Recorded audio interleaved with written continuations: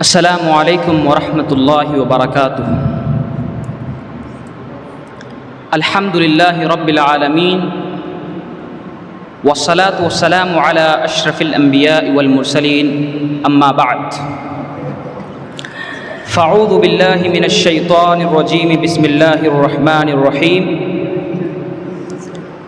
رجال لا تلهيهم تجارة ولا بيع عن ذكر الله وإقام الصلاة وإيتاء الزكاة يخافون يوما تتقلب فيه القلوب والأبصار وقال تعالى فإذا قضيت الصلاة فانتشروا في الأرض وابتغوا من فضل الله واذكروا الله كثيرا لعلكم تفلحون. All praise is due to Allah, who is the most merciful and compassionate, the King of the King, is the Lord of the Lord and Creator of all the creatures, who knows all about the state of human hearts. After that, there is a lot of peace and blessings be upon our last messenger, Prophet Muhammad Arabi sallallahu alaihi wasallam. Honorable President, respected teachers, and my dear colleagues, today is a day of great happiness for me that I fortunately delivering the speech in this occasion on the topic, the business as a key role to get financial success. Honorable President, the topic that I have chosen is the very important topic of current era. Because you are aware of that, how much oppression is happening to the Muslim nowadays. Sometime in the name of CAA and RC, sometime in the name of ban hijab, sometime in the name of don't let go to the school who wear a hijab. And that's why,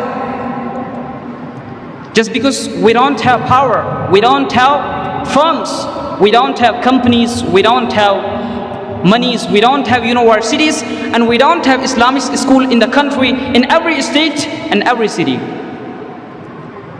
But what is the main reason behind it? Because there is no Muslim trader, there is no businessman, there is no millionaire, and there is no Muslim billionaire in the Muslim Ummah. That's why I said that the topic that I have chosen is the very important topic of current era.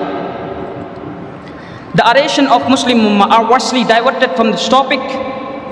I would like to invite your attention to the overwhelming poverty, miserable condition, and pathetic situation of Muslims. I would like to ask you all, why other nations are growing as strong bodies in financial fields? Why they are quite successful in decreasing their poverty average? Why they are setting their foot on the peak of economy? That's why they have dedicated themselves to the business, to the key of financial success. The major business fields are dominated by them. Dear friends and audience, please let me say, nowadays Muslims are not businessmen in the real term of business. The great businessmen and tycoons are really non-Muslim. And it's very horrible and awful to say that Muslims are nothing than customers or consumers. They only spend their amounts on liabilities, while others spend on assets. I ask you all, why Muslims are customers only? Why they do not launch themselves in business fields? Is there lack of resources? Is Islam preventing us from business?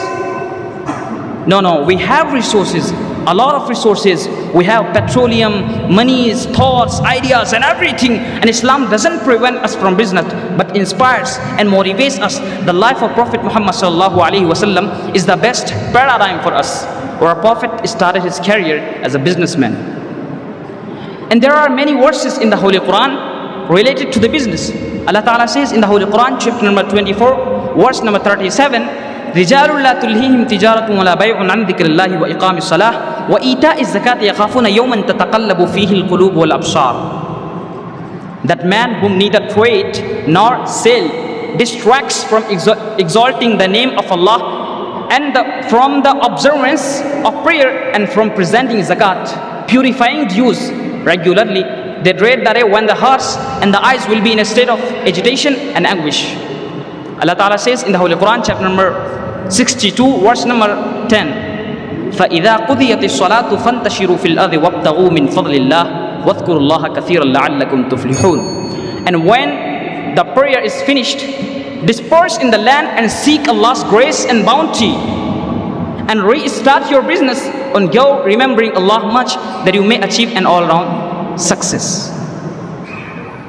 At the time, I would like to describe a hadith of Ibn Majah. It was narrated that Qais bin Abu Gharza said that at the time of Messenger of Allah sallallahu alaihi wasallam, we used to call brokers. We used to call brokers. But the Messenger of Allah sallallahu alaihi wasallam passed by us and called by a name that was better than that.